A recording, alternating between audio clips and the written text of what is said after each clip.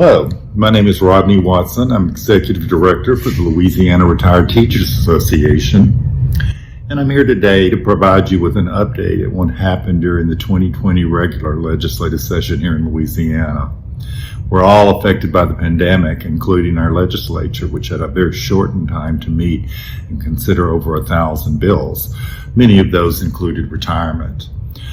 You can find a complete listing of all of these bills and the outcome at the LRTA.net website. You can either join our email club, or we'll send out a blast and a summary of all this, or you can click on the icon that says 2020 Legislative Update number 7. Basically what happened is we had 2 bills pass and we had 4 resolutions pass that affected retirees. Just real briefly, we had House Bill 307, which provided excess earnings from the state treasury, which applied almost $37 million toward the UAL, or the debt, that passed favorably, that we supported. We also had HB 8 pass. This is a bill that LRTA supported with amendments. It provides for significant changes to return to work. Most of those would be favorable for retirees, and in some cases, depending on the scenario that you're in when you retired and your age, it probably broadens the 25% cap, but there are other scenarios, so you're going to want to read about that.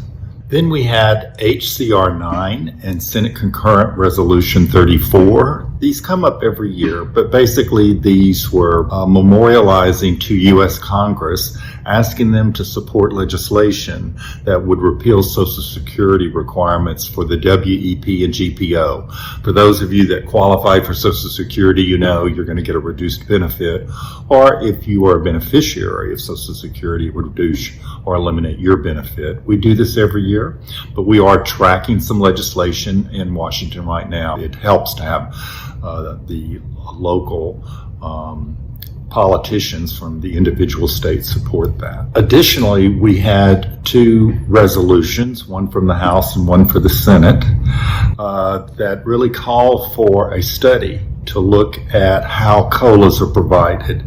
In Louisiana, we don't pre-fund COLAs. In other words, you don't know that you're going to get one or how much it's going to be. It's based on excess earning. This study would be for new retirees in the future, but it would be looking at a healthier way to provide COLAs for retirees. So please read about those. So those are the things that passed. What didn't pass, and was that important?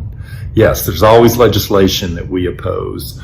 As you know, there are hybrid bills that come up every year. Representative Ivy, through HB 26 and 32, would have introduced a hybrid bill for new retirees. It would also have removed any constitutional protection for those hybrid plans.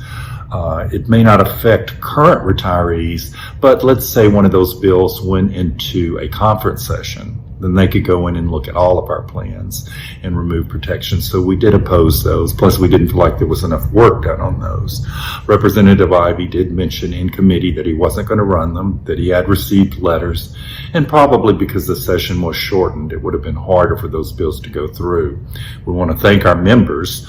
For those of you that responded, I made it to about half of the district meetings before we went into the quarantine, asking them to write letters and emails, and many of you did respond, and we appreciate that. In addition, there was HB 680. It was a constitutional convention bill. We always oppose these. We do oppose them because that's where the funding for education is protected and our retirement's protected, so we'll continue to oppose those.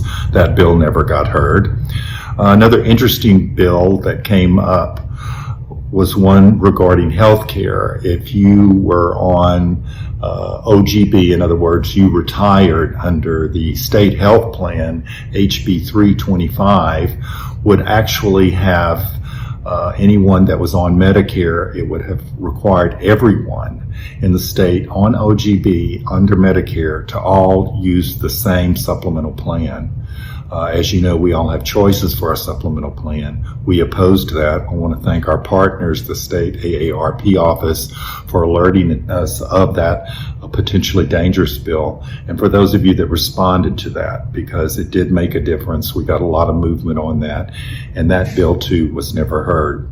All in all, we had a really successful session. It's a little tougher to lobby from a distance. We didn't spend a lot of time at the Capitol because of the dangers, but your phone calls, your letters, your conversations with state legislators always make a difference, and this year did not prove to be an exception to that.